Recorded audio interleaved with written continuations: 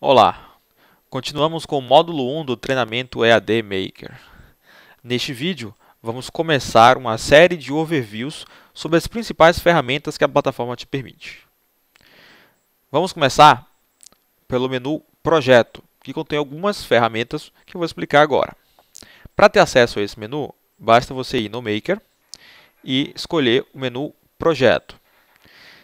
Bom, ele começa com as funções de novo projeto, abrir projeto e fechar projeto, que são as funções da tela inicial. Ou seja, ele reproduz nesse ambiente de trabalho as funções da tela inicial. A primeira ferramenta, de fato, nesse menu que nós encontramos é o empacotador de projetos.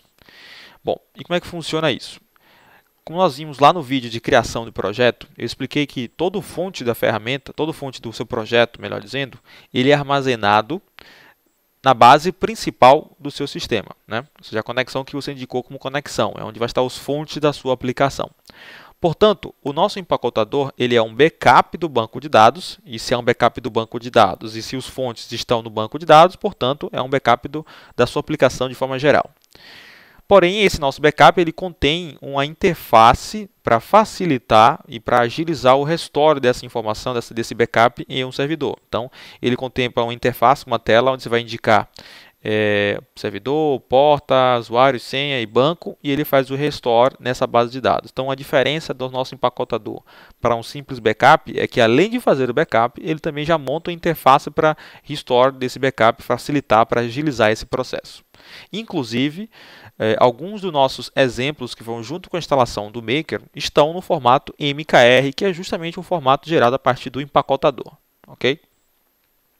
Depois nós temos a função de salvar como, para você salvar o projeto com outro nome, ou seja, criar um outro apontador para esse projeto, caso seja necessário. Depois temos a lista de sistemas.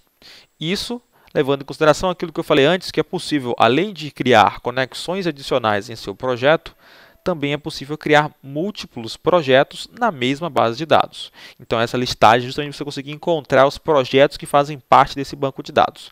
No caso do projeto do curso aqui, temos apenas um projeto de sigla CEM, que é a descrição Curso EAD Maker. Tá?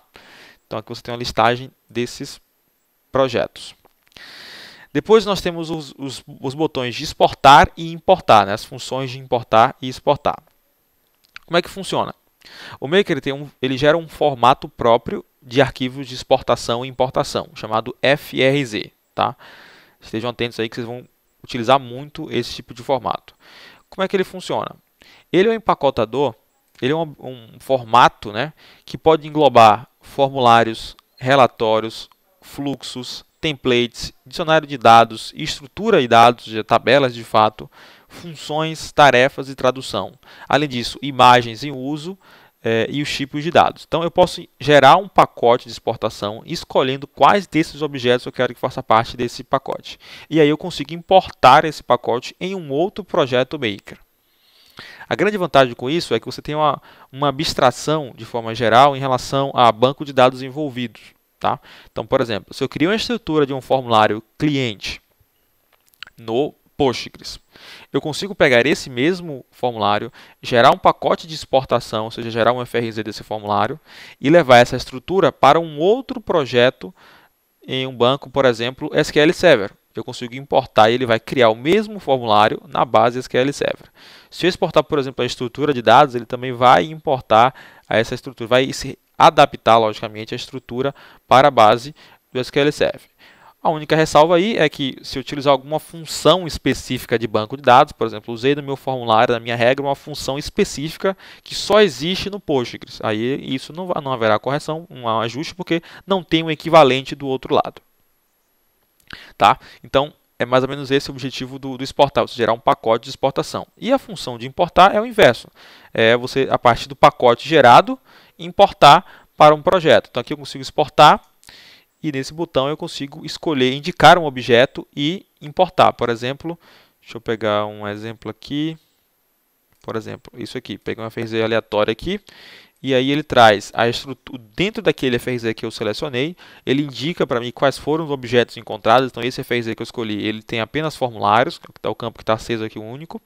Tinham 3 formulários lá dentro desse FRZ, inclusive formulários do Portal Lite. Então eu consigo dizer quais eu quero importar. Então tem 3, mas eu quero, por exemplo, importar 2. Ele dá um status aqui indicando se esse objeto já existe no seu projeto, portanto, se ele já existe e se eu indicar para importar, ele vai sobrepor esse objeto, então ele está indicando ali que já existe. Então você consegue com isso ter uma possibilidade de exportar e importar, inclusive para projetos diferentes, né? Então é bem interessante você ter essa possibilidade de geração do pacote FRZ. Bom, continuando aqui com o nosso menu projeto, depois nós temos o scanner de dependências. Como é que funciona o scanner? O scanner ele se propõe a ser uma ferramenta para análise de impacto de modificações em seu projeto. Por exemplo, digamos que eu quero fazer uma modificação agora em um formulário e eu queira ter uma noção do que essa modificação vai impactar. Quais são os objetos que vão sofrer com essa modificação, quais são os possíveis fluxos que eu preciso ter, tem que ter um controle para fazer alguma modificação, alguma adaptação. Então, aqui nesse nosso visual scanner de dependências, né, eu vou clicar para atualizar, ele vai fazer um refresh em relação às dependências dos objetos do meu projeto. Ele não funciona em tempo real, então sempre que eu abro o scanner é interessante eu clicar para atualizar para que ele entenda as modificações do projeto. E aqui embaixo, eu tenho aqui do lado esquerdo, desculpe, eu tenho as regras, formulários, tabelas e funções e consigo encontrar as dependências desses objetos. Por exemplo, vou pegar um fluxo aqui, um fluxo do próprio template Portal Lite, por exemplo, chegar um pouco para o lado aqui, pronto, ao logar. Então eu cliquei no fluxograma chamado Portal Lite, formulário de login, ao logar. E aqui ele me traz uma informação indicando os objetos dos quais esse fluxograma depende. Ou seja, esse meu fluxograma ele depende de uma outra regra chamada Portal Lite, formulário de login, obter dados e efetuar login. Depende de um formulário chamado Portal Lite, formulário de login. E depende das funções igual e obter o valor do componente. Ou seja, eu já sei que qualquer modificação desses objetos pode impactar nesse fluxograma.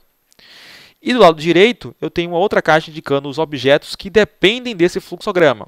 Ou seja, qualquer modificação nesse fluxograma que eu estou selecionando pode impactar na regra Portal Lite, formulário de login, autenticar via biometria, e também no formulário Portal Lite, formulário de login. Então, você consegue ter uma análise em relação ao impacto das suas mudanças. Não só para fluxograma, foi o exemplo que eu utilizei aqui, mas poderia ser também para formulário, para tabelas e também para funções da sua API.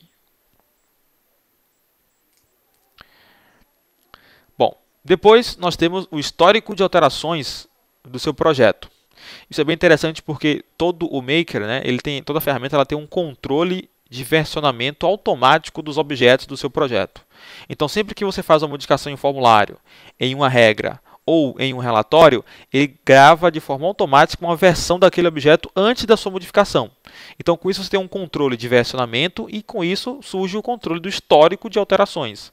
Então, você consegue listar aqui, por usuário, quais foram as modificações que esse usuário efetuou, né? Se ele efetuou a modificação em um formulário, ou se foi um fluxo, se foi um relatório, quando ocorreu a modificação.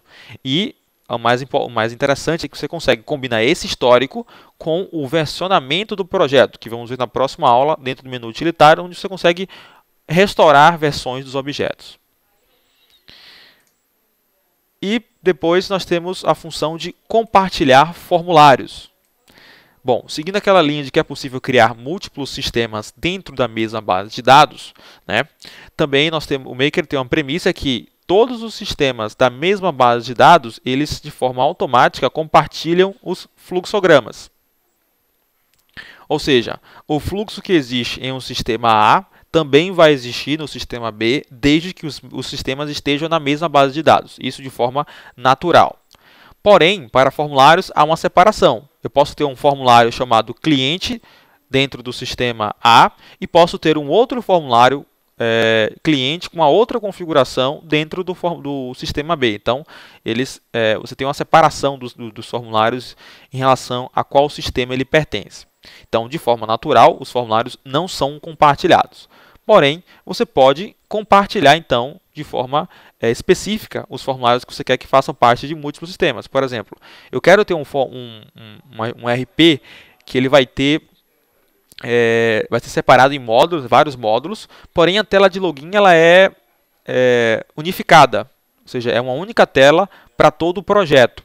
Então eu posso pegar esse formulário e sempre que eu for criar um novo sistema naquela mesma base de dados, ou seja, um novo módulo, eu vou compartilhando o formulário de login e aí você vai ter um formulário apenas funcionando para todos os sistemas. A vantagem disso é que quando você for fazer a modificação na tela de login, você não precisa aplicar em todos os projetos, né? A modificação em um vai surtir efeito em todos os projetos, já que o formulário está compartilhado com todos os sistemas.